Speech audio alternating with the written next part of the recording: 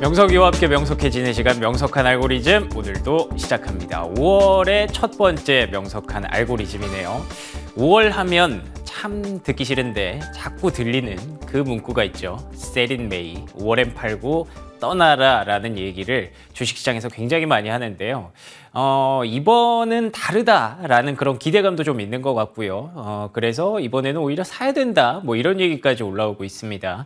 저도 뭐 개인적으로 그런 쪽에 동의하는 입장이기는 한데 근데 또 괜히 좀 걸리는 게 한 가지는 있더라고요. 뭐 여러 가지가 있을 수 있겠습니다만 개인적으로 이 부분은 좀 짚고 넘어가야 되지 않을까 싶어서 오늘도 준비를 해봤습니다. 알고리즘 따라서 얘기를 전개해 보도록 하죠.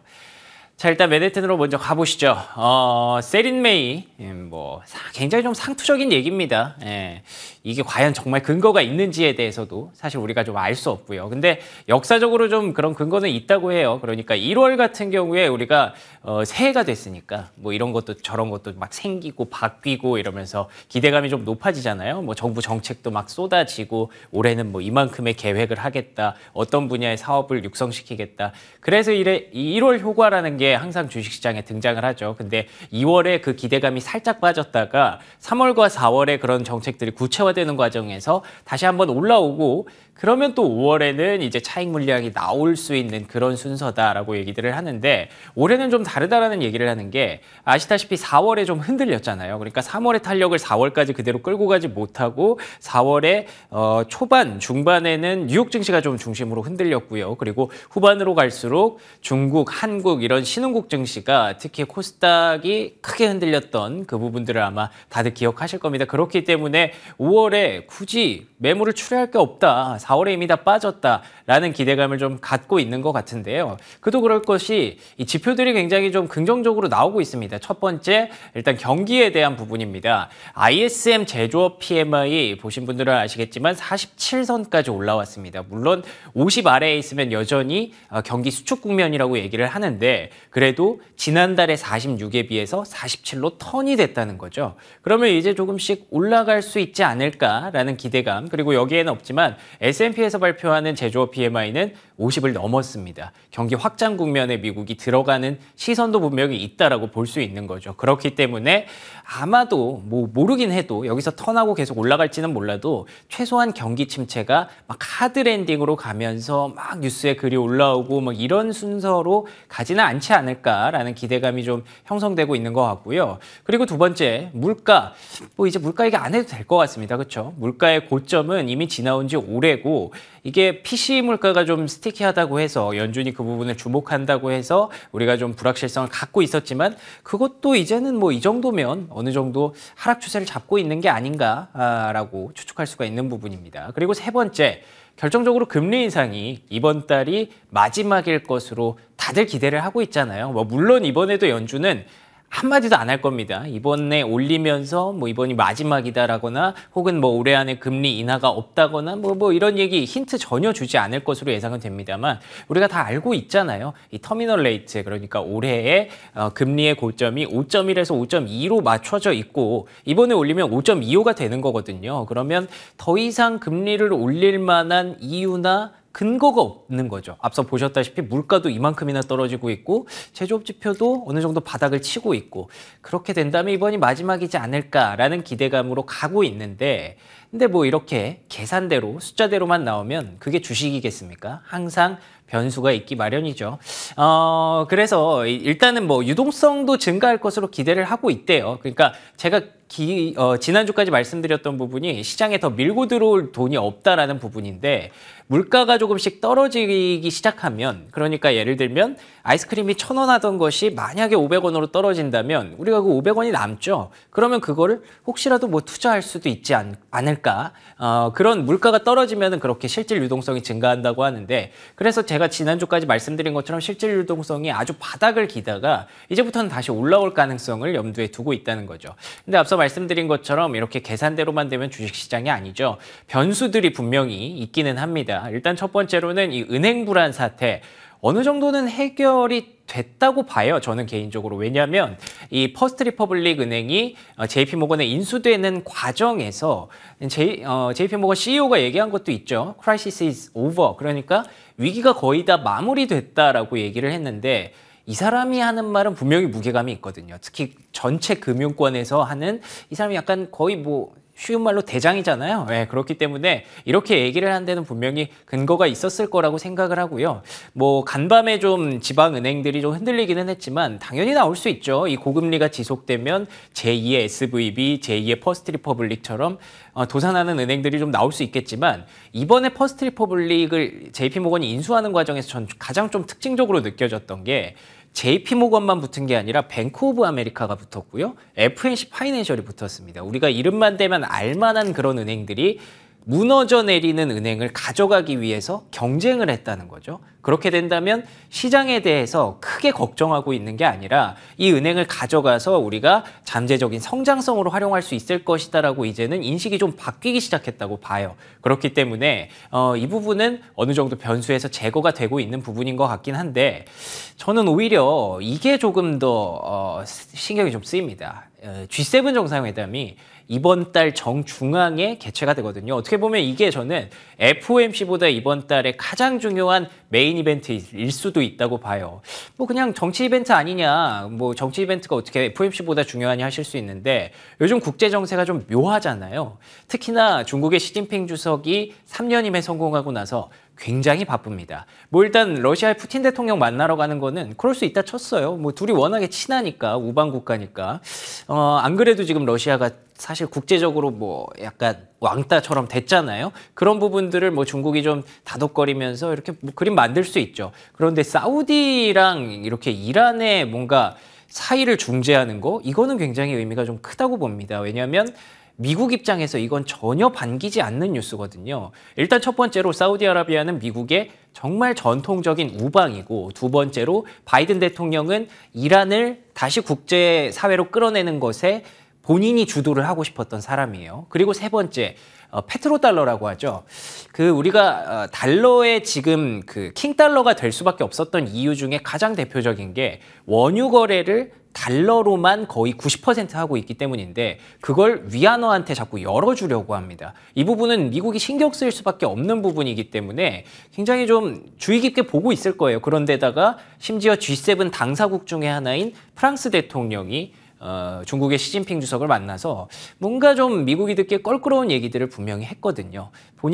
아마도 제 생각에 프랑스가 뭔가 유럽의 그런 맹주 역할을 하고 싶은가 봐요. 유럽도 G3라고 할 수 있는 미국, 중국, 유럽에 이렇게 들어가야 되고 그리고 그걸 프랑스가 주도하겠다는 마음에 나도 뭐 미국이 주도하는 세계 질서 별로 마음에 안 든다 이런 얘기를 좀 했던 것 같은데 이런 부분들이 과연 G7 정상회담을 통해서 어떻게 전개가 되고 그 얘기를 보면서 또 중국은 또 불편해하지 않을지 미중 무역 갈등이 다시 한번 혹시 재개되지 않을지 그 부분들을 제가 우려해서 이 부분이 좀 마음에 걸린다라는 말씀을 좀 드리고 싶었던 거고요. 왜 우리 봤잖아요. 무역 분쟁 전개되면 어떻게 되는지 특히나 가운데에 끼어 있는 우리나라 같은 경우에는 또 더 힘들어질 수도 있는데 근데 그런 얘기도 있습니다. 뭐 세린 메이 말고 또 주식시장의 유명한 격언 중에 하나가 이미 나온 악재는 더 이상 악재가 아니다. 우리가 한번 겪었던 무역 분쟁이라는 악재를 만약에 또다시 시장에 끌고 들어온다면 그때부터는 이제 기회로 삼아볼 포인트도 분명히 있다는 거죠.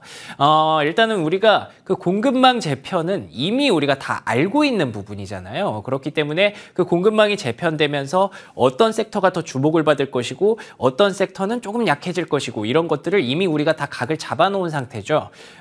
그걸 다시 한번 정리를 해보면 아까 말씀드린 그 G3라고 얘기할 수 있는 미국과 유럽과 중국이 어떤 부분들을 타겟팅해서 지금 계속 공급망을 재편하려고 노력을 하는지 한 번 더 정리를 해볼 필요는 있을 것 같습니다. 일단 미국 같은 경우에는 IRA 같은 자꾸 자국 우선주의 정책을 꺼내고 있잖아요. 이 부분이 일단 대표적으로는 반도체 기술을 빼앗기고 싶지 않다. 반대로 중국 같은 경우에는 그 반도체를 중심으로 뭔가 좀 뒤처져 있는 기술력들을 끌어올려서 시장의 주도권을 좀 잡아가고 싶다라는 그림을 좀 그리고 있는 것 같고요. 그리고 동시에 신재생 에너지를 육성하는 그런 모멘텀도 분명히 갖고 있을 것 같습니다.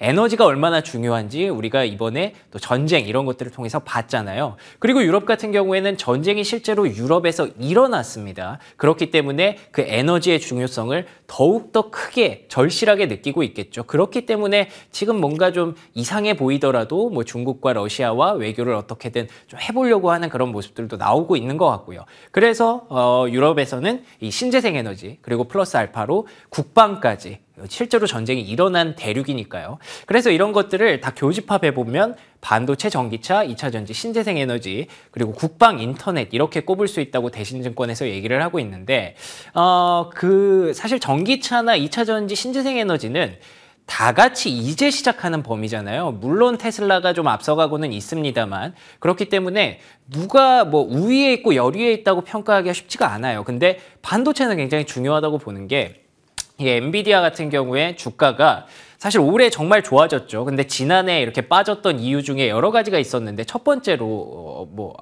얘기될 건 아닐 수도 있지만 어쨌든 그 엔비디아가 중국 매출 비중이 굉장히 높았거든요. 특히나 코인 뭐 채굴 이런 것들 중국에서 많이 했던 거 기억하실 텐데 그때 이 그래픽 카드 GPU가 굉장히 중요하다고 해서 엔비디아가 중국의 물량을 엄청 많이 팔았습니다. 근데 그게 점점 제한이 되고 있죠. 미국에서 엔비디아 너네 물건 중국에 팔지 마 이렇게 제한을 계속 규제를 계속 두고 있어서 그 부분도 주가 하락의 어떤 트리거가 됐었는데 그게 오히려 올해 들어서 더 심화됐거든요. 그럼에도 불구하고 주가가 이렇게 올라간다는 건 물론 AI 모멘텀이 첫 번째겠지만 이렇게 중국과 매출 비중이 줄어든다고 하더라도 엔비디아의 중요성은 앞으로도 지속될 것이다. AI뿐만 아니라 반도체, 시스템 반도체의 역할은 앞으로도 중요해질 수밖에 없다라는 걸 좀 담고 있지 않을까라는 생각을 해봤습니다. 이런 얘기들을 가지고 여의도로 한번 가보도록 하겠습니다. 뭐 여의도 역시 상황이 현재 크게 다른 것은 아닙니다. 세린메이라고 하기보다는 한국이니까 5월에 팔아라라고 적어봤는데 코스피도 마찬가지라는 거죠. 1월과 2월, 3월, 4월, 5월 보시다시피 수익률과 상승 확률이 5월이 가장 좀 부진합니다. 그럼에도 불구하고 우리가 좀 희망을 갖고 있고 기대감을 갖고 있는 게 4월에 지난달에 좀 흔들렸던 것이 일단 첫 번째. 그렇기 때문에 매물이 출회될 게 지금은 별로 없다라는 것을 얘기를 하고 있고 4월에 흔들렸더라도 중요한 것은 외국인이 반도체 중심으로 매수를 했다는 거죠. 뭐 이런 부분들은 이제 삼성전자의 실적도 어느 정도 트리거가 됐겠습니다만 분명히 반도체는 좀 중요한 부분으로 작용을 하고 있다고 봐야 될 것 같고요. 외교 상황을 보고 있으면 또 우리나라도 조금은 뭔가 괜찮을까라고 걱정되는 건 사실이죠. 사실 뭐 미국과 한미정상회담 잘 치르고 돌아왔습니다만 중국과 러시아가 좀 불편한 기색을 드러냈어요. 너무 우리가 좀 선을 긋고 미리 선을 긋는 건 아닐까라는 지적도 좀 나오고 있는 상황이기는 한데 뭐 저희가 정치적 이슈를 갖고 왈가왈부 얘기할 건 아니고 저희는 경제 그 상황을 봐야 되고요. 시장을 봐야 되고 투자자로서 그 시장에 적응하려는 노력을 할 필요가 있다고 생각을 합니다.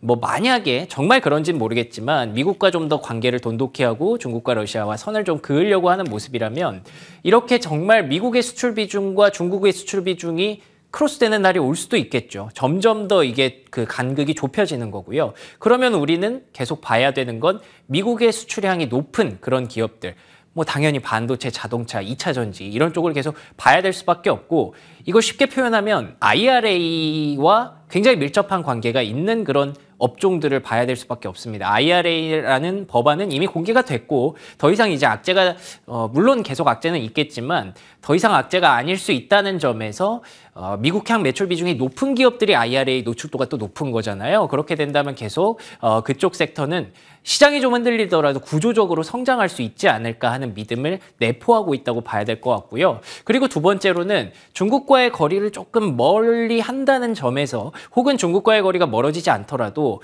이 중국 쪽으로 매출 비중이 그 수입 비중이 굉장히 높은 이 광물들 이거는 뭐 중국이랑 친하든 안 친하든 간에 우리나라에서 국산화를 할 수 있고 많이 만들 수 있으면 정말 좋은 거거든요. 그렇기 때문에 이쪽에 대한 투자는 아마 지속되지 않을까라고 예상을 하고 있습니다. 포스코와 LG화학, 에코프로의 주가가 무너질 듯 무너지지 않는 이유가 아마 이런 부분에서 분명히 오고 있다고 보고 있고요. 그리고 또 플러스 알파로 얘기할 수 있는 방산, 또 뭐 원전, 보안, 우주항공 이런 쪽이 앞으로도 이제 공급망이 재편되고 신냉전이라고 하는 그런 알게 모르게 좀 오묘한 외교 관계가 지속될수록 계속 좀 봐야 되는 그런 섹터가 될 수 있다는 그런 분석들이 나오고 있는 겁니다. 자, 그래서 결론, 셀할만큼 수익은 나셨나요? 이건 뭐 놀리려고 하는 게 아니고요. 뭐 다 마찬가지일 겁니다. 작년에 그렇게 그 기나긴 악재와 터널을 뚫고 겨우겨우 버텨서 지금 조금 올라왔는데 그걸 팔기에는 조금 아깝잖아요. 뭐 물론 불확실성은 좀 있는 것 같아 보입니다만 그 불확실성을 이제 또 기회로 활용하면서 시장이 좀 흔들리더라도 이렇게 구조적으로 성장할 수 있는 섹터를 미리 알고 가져가 본다면 다시 올라올 때 반등 탄력이 그만큼 클 수 있거든요. 그리고 덜 흔들릴 수도 있고요. 이제는 그런 섹터와 부분 종목들을 계속 찾아나가면서 포트폴리오를 재편해 나갈 때가 아닌가 싶습니다. 여러분의 생각은 어떠신가요? 명석한 알고리즘이었습니다.